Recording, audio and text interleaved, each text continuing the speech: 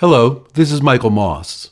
Heather Cox Richardson is traveling today, and her travel arrangements did not allow her time to read today's letter, so I will be reading it in her place. August 30th, 2021. Just days before Labor Day, a holiday designed to celebrate the importance and power of American workers in the United States, the Transportation Department canceled $679 million in funding for offshore wind projects, and the Department of Energy announced it is withdrawing a $716 million loan guarantee to complete infrastructure for an offshore wind project in New Jersey. These cancellations reflect President Donald J. Trump's apparent determination to kill off wind and solar power initiatives and to force the United States to depend on fossil fuels. He refers to climate change as a hoax, says that windmills cause cancer, and falsely claims that renewable energy is more expensive than other ways to generate power. Former President Joe Biden made investing in clean energy a central pillar of his administration. Trump often seems to construct policies mostly to erase the legacies of his predecessors. Reversing the shift toward renewable energy not only attacks attempts to address the crisis of climate change and boosts the fossil fuel industry, on which some of Trump's apparent allies depend, but also undermines a society based on the independence of American workers. In 2023, about 3.5 million Americans worked in jobs related to the renewable energy sector, and jobs in that sector grew at more than twice the rate of those in other sectors in what was a strong U.S. labor market. The production of coal, which Trump often points to as an ideal for American jobs, peaked in 2008. Between then and 2021, employment in coal mining fell by almost 60% in the East and almost 40% in the West, leaving a total of about 40,000 employees. Another cut last week sums up the repercussions of the administration's attack on renewable energy.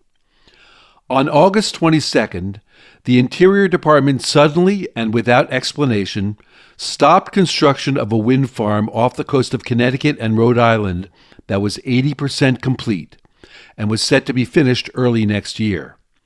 As Matthew Daly of the Associated Press noted yesterday, Revolution Wind was the region's first commercial-scale offshore wind farm. It was designed to power more than 350,000 homes, provide jobs in Connecticut and Rhode Island, and enable Rhode Island to meet its goal of 100% renewable energy by 2033. The Board of Directors of the Chamber of Commerce of Eastern Connecticut expressed their dismay at the decision, noting that Revolution Wind employed more than 1,000 local union workers and is part of a $20 billion investment in American energy generation, port infrastructure, supply chain, and domestic shipbuilding and manufacturing across 40 states by Ørsted, a Danish multinational company. Stopping this fully permitted, important project without a clear stated reason not only seriously undermines the state's efforts to work toward a carbon-neutral energy supply, but equally important, it sends a message to investors from all over the world that they may want to rethink investing in America. The message resulting from the president's action is a lack of trust, uncertainty, and lack of predictability, they wrote. Connecticut Governor Ned Lamont and Rhode Island Governor Dan McKee, both Democrats, are working together to save the project. In a statement, Lamont said, "We are working closely with Rhode Island to save this project because it represents exactly the kind of investment that reduces energy costs, strengthens regional production, and builds a more secure energy future, the very goals President Trump claims to support but undermines with this decision." "It is an attack on our jobs," McKee said. "It's an attack on our energy. It's an attack on our families and their ability to pay the bills." The Trump administration launched this attack on renewable energy at a time when electricity prices are bouncing upward. According to Ari Nader and Noreen S. Malik of Bloomberg, electricity prices jumped about 10% between January and May and are projected to rise another 5.8% next year. Trump has tried to blame those rising costs on renewable energy, but in the country's largest grid, which stretches from Virginia to Illinois, nearly all the electricity comes from natural gas, coal, and nuclear reactors. More to the point is that the region also has the highest concentration of AI data centers, driving power demand and costs upward. At the same time, according to Nader and Malik, the infrastructure for transmission is too outdated to handle the amounts of electricity the data centers will need. Trump's cuts are adding stress to this already overburdened system.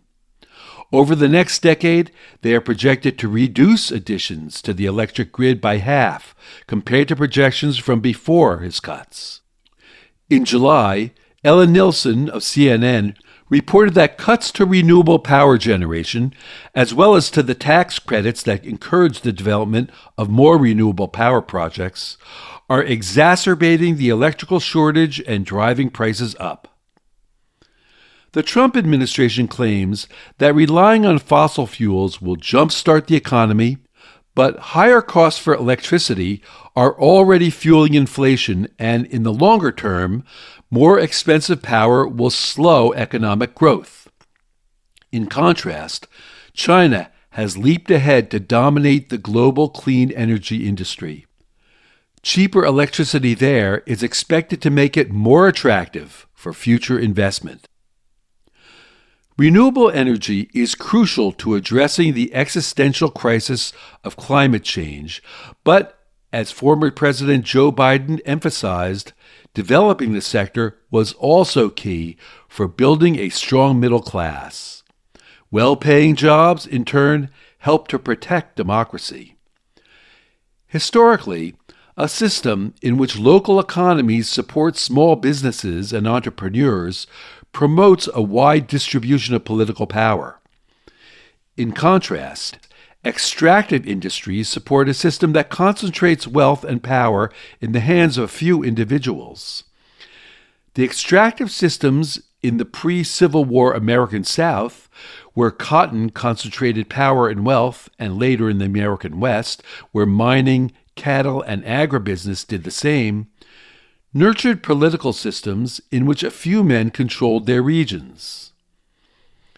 As president of the Massachusetts AFL-CIO, Chrissy Lynch said in July, after the Republicans passed the budget reconciliation bill cutting clean energy tax credits, working families shouldn't have to purchase energy from billionaire oil tycoons and foreign governments or let them set the price of our energy bills.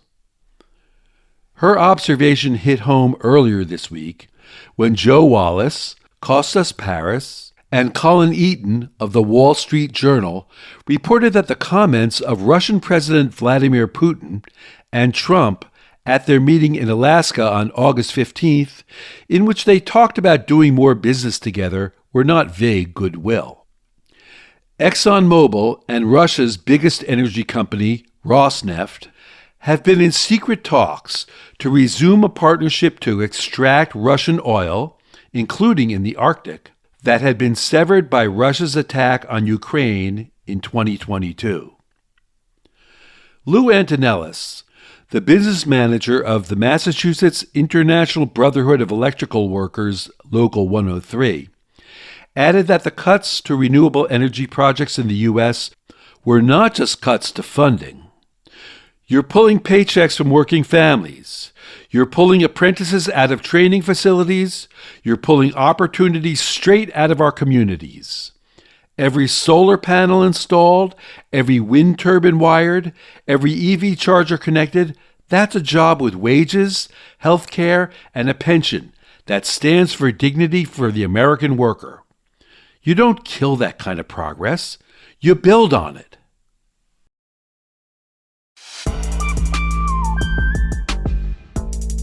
Letters from an American was written by Heather Cox Richardson. It was produced at Soundscape Productions, Dedham, Massachusetts. Recorded with music composed by Michael Moss.